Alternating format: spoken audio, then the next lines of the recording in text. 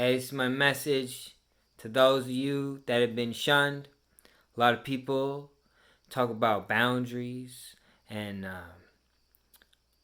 you gotta understand that's great. People need to have their boundaries, people need to feel safe, but there's always somebody on the other side of those boundaries. So there's those of us that have been shunned, and some people might think, oh, I'm so popular, I'm doing so well, but you have no idea.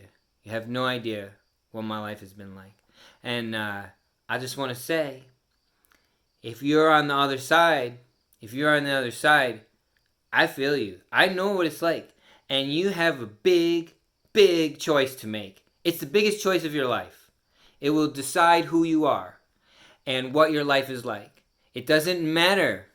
It doesn't matter what people are saying about you. It matters what you are saying about you. You have to understand, even if you messed up, there's still recovery. You know what I mean? So there is two different paths you can take. One is bitterness, anger. You can beat yourself up. You can hate the other people. And you can just be filled with judgment, either for yourself or for them or for both. It doesn't, it doesn't matter. It's going to feel the same. Or you can walk the path of faith and forgiveness. And that is a choice. And it's not a choice you're going to make one time. It's a choice you're going to make a lot of times, maybe 1,000 times. Because if you're on the other side, if you're going through the kind of things that a lot of people have been through, a lot of really amazing people, Martin Luther King, Jesus Christ, these are some of the people that endured some of the worst attacks possible, right? And you think about Jesus and what he did, he got crucified. They killed him in the most violent way, painful way they could come up with. And he could have left. He knew it was coming. All he had to do was be quiet, put on a cloak, and disappear into the wilderness. Nobody would have ever found him. It's not like they had wanted posters and knew what he looked like back then. He could have disappeared in any number of towns, but he chose to stay. And he chose to endure the hatred of everybody and the crucifixion. And the reason he did it was because if he didn't, his message would have been lost. And he loved people that much that he wanted his message to come through. And he knew it would come through if he was crucified. And so he's a light for those of us that have been shunned. We don't have to go through anything like he went through. We might have to go through some hard, painful things, right? We might be betrayed by people. We might be lied to by people. We might have people talking behind our back, saying all kinds of stuff. So what? You choose what you do with your heart. Don't let other people's bitterness get into your heart. It's your heart. You own it. You have to choose.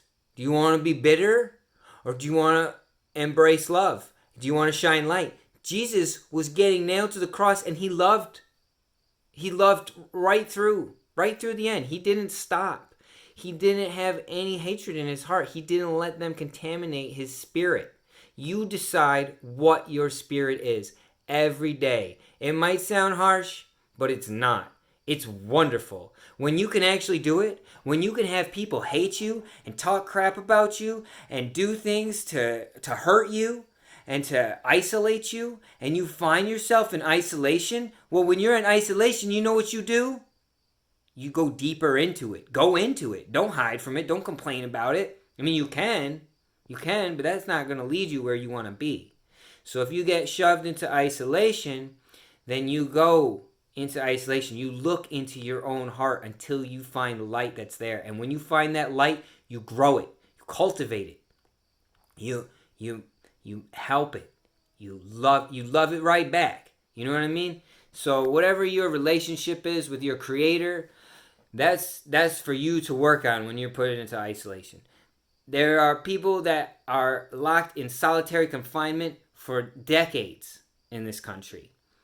And some of them go insane, right? And some of them don't. Some of these people become magical people. This is not something you even have to do, right? I doubt anybody here is in solitary confinement watching this video. Whatever you think you're going through, people have been through it. You are not alone. You have You have guides with you. You have spirit guides. You have angels. You have all manner of things at your disposal that you don't even know about until you ask for it. Until you ask for it. And you have to ask for it. And you don't just walk around saying, why is this happening to me? Why is this happening to me? It doesn't matter. What you say, if you want to walk the path of faith and forgiveness, is I don't know why this is happening. I don't even like why this is happening, but I trust you. I trust you, God. I trust you, Creator. I trust you, Source. I trust you who makes wind, who spins galaxies, who brought life out of dust, who makes the entire cosmos move. If you have the power to do that and all the intricacies involved, molecules spinning and atoms and neutrons and cells and veins and brain cells, and this is so complex. There are so many moving parts. If you can do all that, then you know what you're doing with me. That's the path of faith. It doesn't matter what the circumstances. The circumstances have nothing to do with faith. No circumstance can change my faith.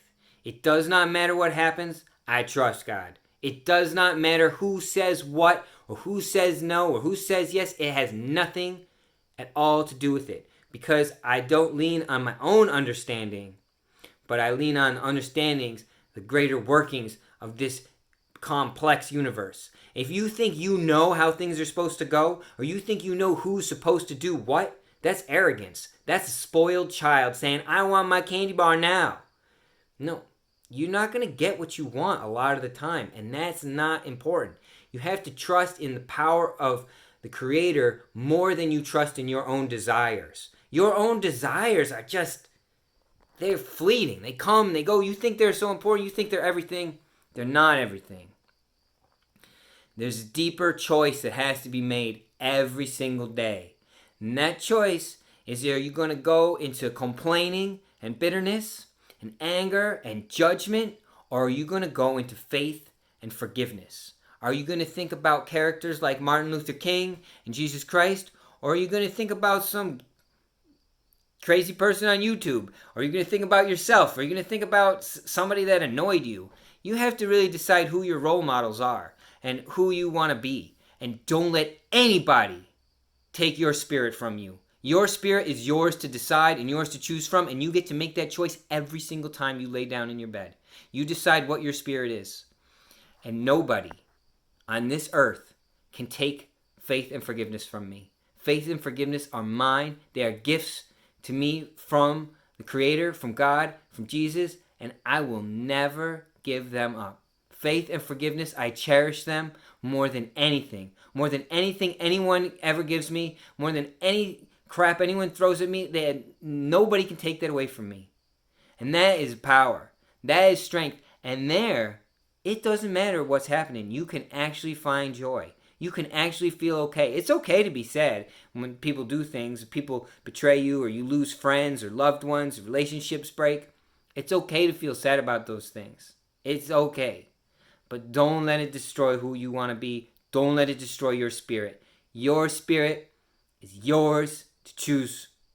Faith and forgiveness are yours if you choose them. And you're going to have to choose them more than one time if you want to. It's a path. It's not a stance, it's a path.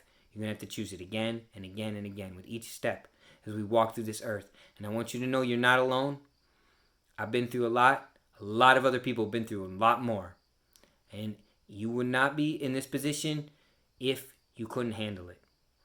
If you couldn't handle it, it wouldn't come to you. It's come to you because it's time for you to grow. It's time for you to make the choice that you really want to make and be who you really want to be.